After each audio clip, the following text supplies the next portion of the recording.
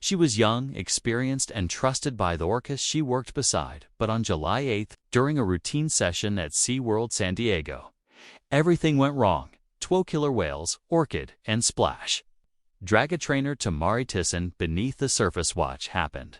In that pool was nearly fatal, and what followed raised even more disturbing questions. This is the story SeaWorld never wanted you to hear.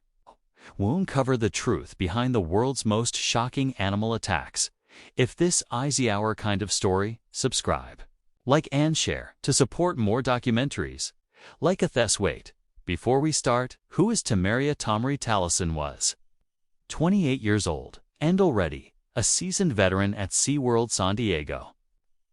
As a senior orca trainer, she was trusted, respected, and deeply admired by her colleagues. She had spent years at Shamu Stadium training, performing and bonding with the very whales the public come from all over the world to see.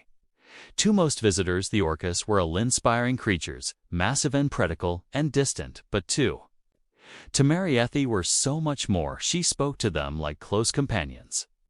She had spent countless hours learning their behavior, understanding their moods, and building trust that few people on Earth could ever claim, especially with Orchid and Splash too. Whales she worked with nearly every day. Orchid, born at SeaWorld in 1988, was one of the most experienced whales in the park. Intelligent, quick tolerant, but also known for moments of assertiveness. Splash, a male Orca-Trainer from SeaWorld San Antonio's. Known for his size and power, an impressive animal, but one with a complicated training history, Tamarie had grown close to both of them. She didn't fear them. She respected them. Staff often described Tamarie as calm, confident, and in control, a model trainer. She was the kind of person who believed in the bond between human and animal. She believed trust was earned, and she believed through Hales trusted her back, but behind smiles and show routines. There were murmurs, quiet warnings shared in break rooms and locker hallways. Trainers had whispered concerns about Orchid's behavior before. There had been incident, nothing fatal, nothing public, but moments when she tested boundaries. Tamarie knew risks everyone in that stadium did, but she also believed in what she was doing. She believed in the whales, and that morning, July 8, 2002, was supposed be like any other. But was something already off? Could anyone have seen what was about to happen? Because just hours later, that same stadium would fall silent, and Tamarie Tollison would be fighting for her life beneath the surface. It was Monday morning, July 8, 2002, and the sun rose bright over SeaWorld San Diego. The air was warm, the park quiet bore. The gates opened, and behind-the-scenes preparations were already underway for the first show of the day at Shamu Stadium for Tamarie Tollison. It was just another shift. She arrived early, walked the same concrete path she always did, nodded to colleagues, setting up fourth mid. Morning in crowd, everything felt routine, familiar. Inside the back pools of Shamu Stadium, Orchid and Splashy swam in wide circles, cutting through the water with effortless grace. Tamarie had worked with both whales extensively. She knew their behaviors, their signals, their quirks. Today's session would involve a basic reinforcement, no leave out say it, just pre-show conditioning, bond building, and trust work. Orchid was now 14 years old, a dominant female orca born in captivity, smart, responsive, but known internally for having a stubborn streak. She had once grabbed a trainer's ponytail and yanked hard. No injuries, no press, just a reminder of how quickly 5.0 animals could change the script. Splash, larger and slower, was gentler by comparison, though his transfer from Texas in 1992 came with warnings of his own unpredictable energy, sometimes slow to respond to signals. But today, both whales were calm, engaged. Curious, Tamarie entered the water, just like she had hundreds of times before. No tension, no hesitation from the deck. Trainers monitored the session radios at their hips. Cure boards in hand, it was a controlled environment, a safe routine, but routine scan B. Deceiving because while Tamara smiled and began vocal cues while Orchid circled closer and Splash swam beneath surface, something began to shift. It wasn't obvious at first. No aggression, now arning sounds, just subtle changes, movement, posture, gaze. That online experienced eyes might notice, but then would it have made a difference? In less than 5 minutes, that calm, routine session would spiral into chaos. Tamarie Tollison had trained for years to work with killer whales, but nothing could prepare her for what was about to happen next. Knee floated beside Orchid, offering gentle vocal cues and hand signals. The massive whale responded, circling slowly in front of her, surfacing with a familiar exhale of mist from the deck above. The atmosphere remained calm. It was a routine Tamarie had done countless times in the clear, chlorinated depths of Shamu Stadium, but in an instant everything changed without warning. Aura turned, not with aggression, but with a sudden, decisive motion, and clamped her powerful jaws around Tamar's foot. There was no time to react. One moment, Tamarie was upright, centered in the water.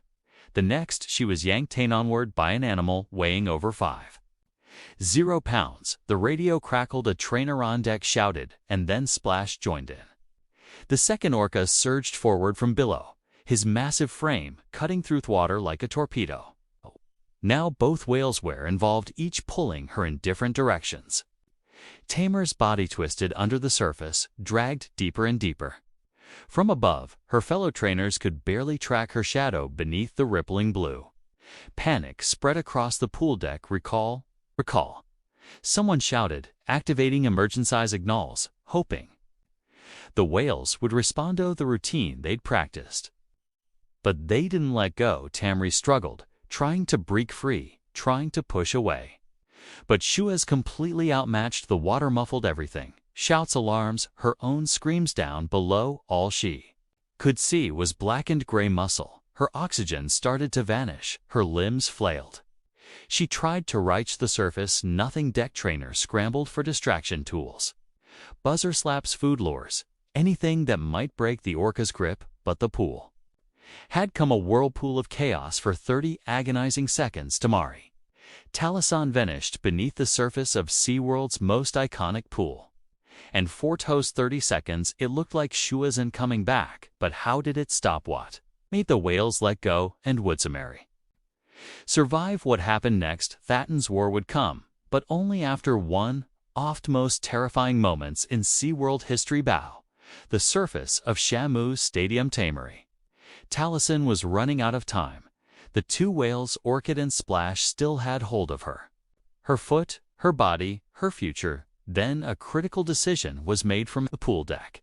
A senior trainer, ice locked on the chaos unfolding, Bello reached for one of the last tools available.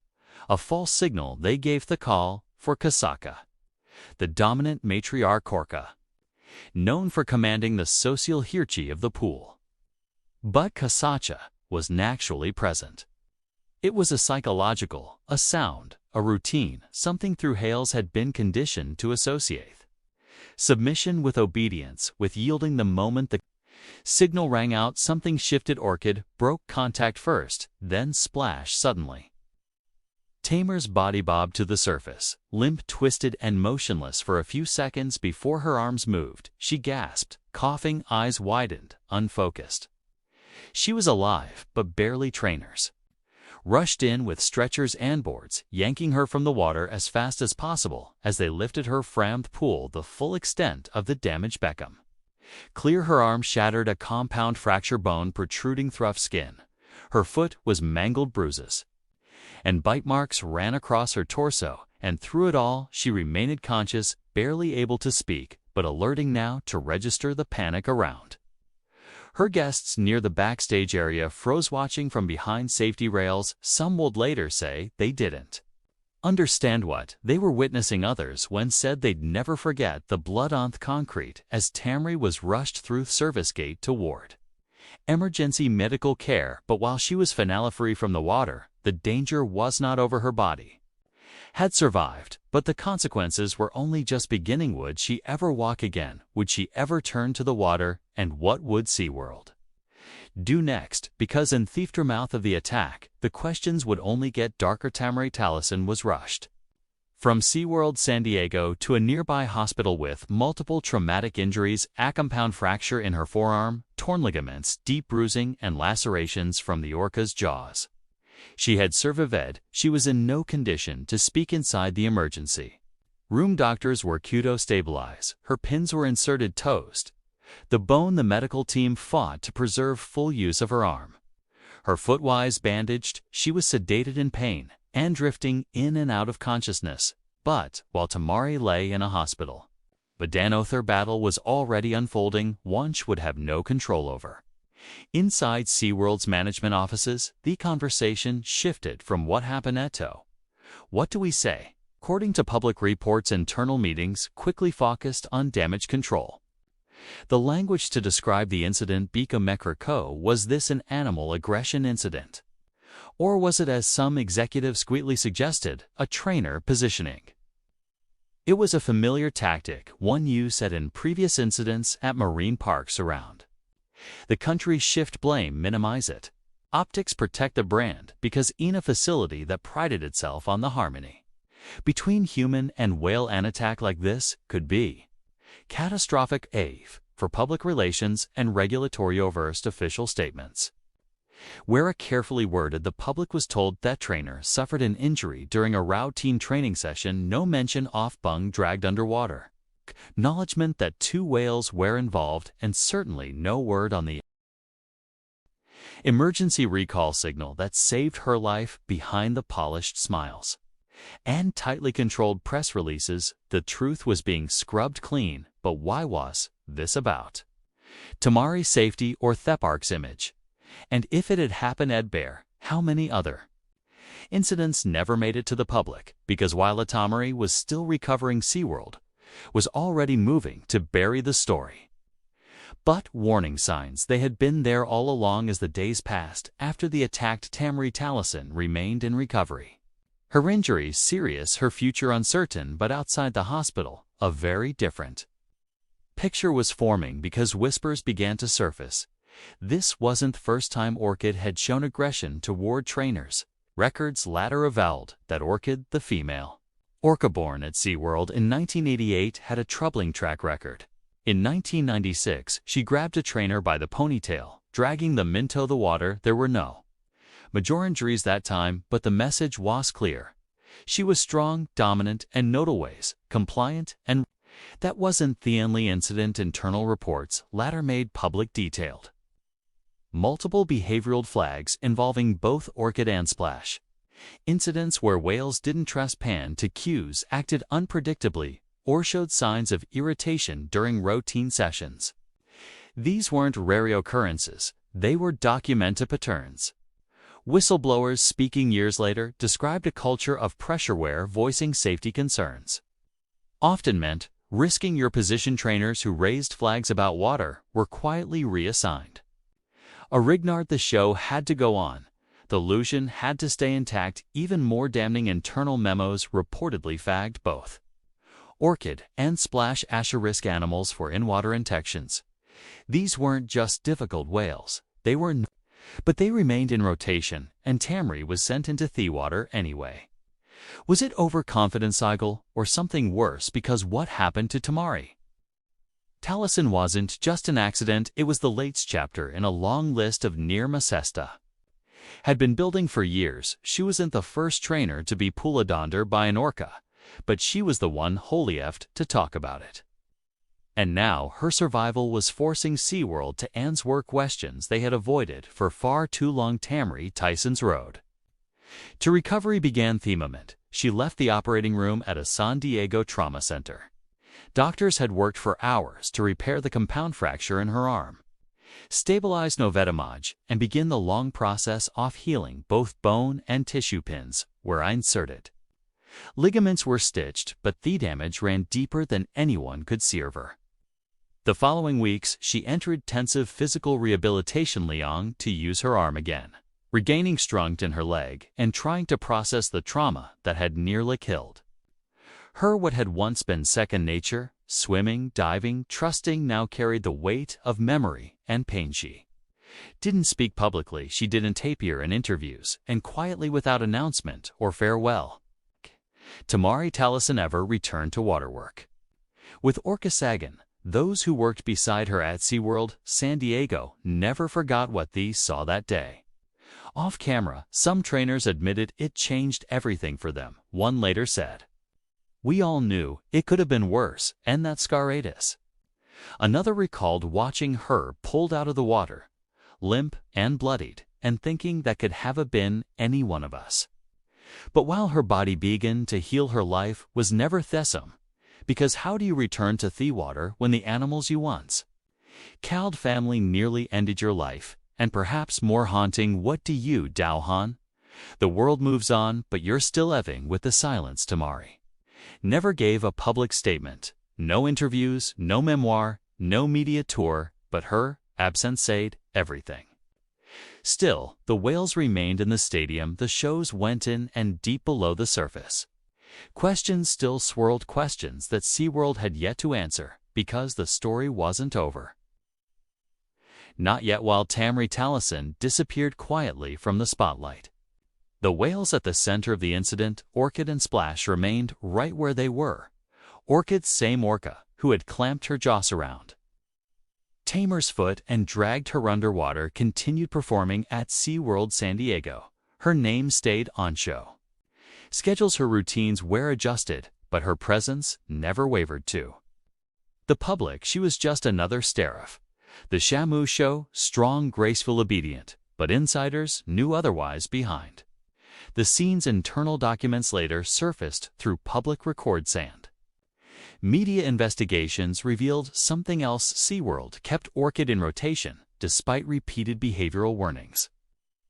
She had been involved in multiple incidents prior to July 2002. The attack on Tamarie was the most serious, but it wasn't isolated, and yet no formal announcement was made, no press release, no indication to the public that a trainer had nearly died. Splash, her poolmate that morning, and the second whale involved in the attack continued training for several more years. Eventually, he was retired from waterwork, it not due to disciplinary action.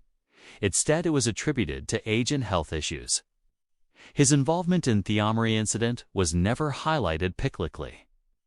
The official statement, SeaWorld is sued in the days after the attack, described the event as a training-related accident. The words were careful, practiced, and vague. There was no mention of aggression, no mention of recall signals, no mention of both whales dragging a senior trainer beneath the surface for nearly half a minute. The public was told simply that nothing unusual occurred, but inside the training rooms behind the stadium walls of everything had changed. Whales that once inspired wonder now carried a shadow. Trainers grew more cautious, and no unspoken fear, what if it happens again, ever fully left the pool. The orchestra remained. The shows went on, but the illusion of safety that was gone, and Tamer's silence only deepened the mystery.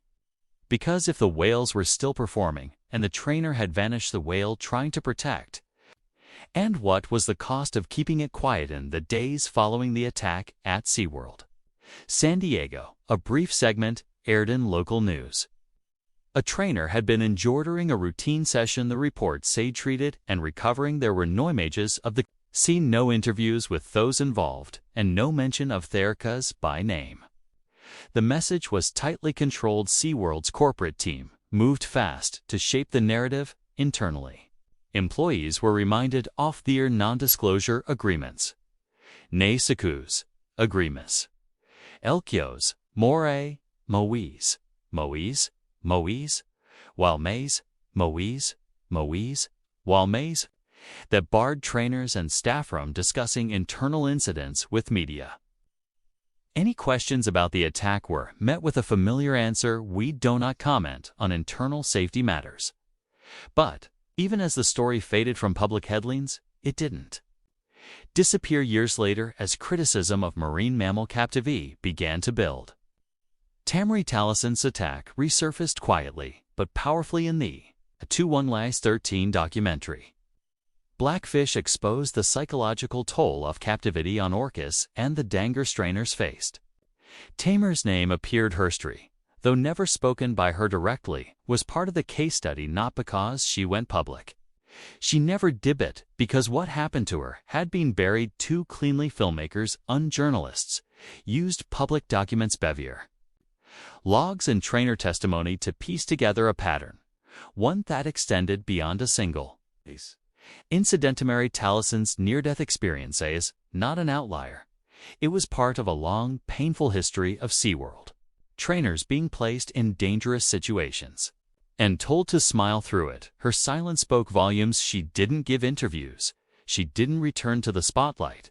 But her absence from the stage, her name in training logs, her injuries. That Dane, July 2002, they helped awaken a movement because behind every orca tricked hind, every smiling trainer was a risk no one wanted to talk about until now. Ann Tamer's story, whether she meant Ito or not, forced people to start asking what else has been hidden and how many more stories like hers have yet to surface. Attack on July 8, 2002 nearly took Tamarie Tollison's life. But in the years that followed, her survival would quietly shape an industry. At first, nothing changed, at least not publicly. Orca remained in shows. Splash was still in the water. Tamer's story faded into shadows, but behind the scenes, the crack shad started forming. Then came February 2010, another senior trainer, Don Bronco, was killed by the orca tickum at SeaWorld Orlando in front of a live audience. This time, the story couldn't be buried. The black outcry was immediate. The headlines were inescapable, and the scrutiny was intense. Only then did federal regulators step in, forcing sweeping changes. SeaWorld was ordered to revise its safety procedures. Water work with orcas was permanently restricted. Trainers were no longer allowed to enter the pool during shows. Protocols where written platforms were raised. Barrier swear added. The risk had finally become impossible to ignore. And while Tamarie Tollison never returned to the water, her story lingered behind those changes. She had been pulled under.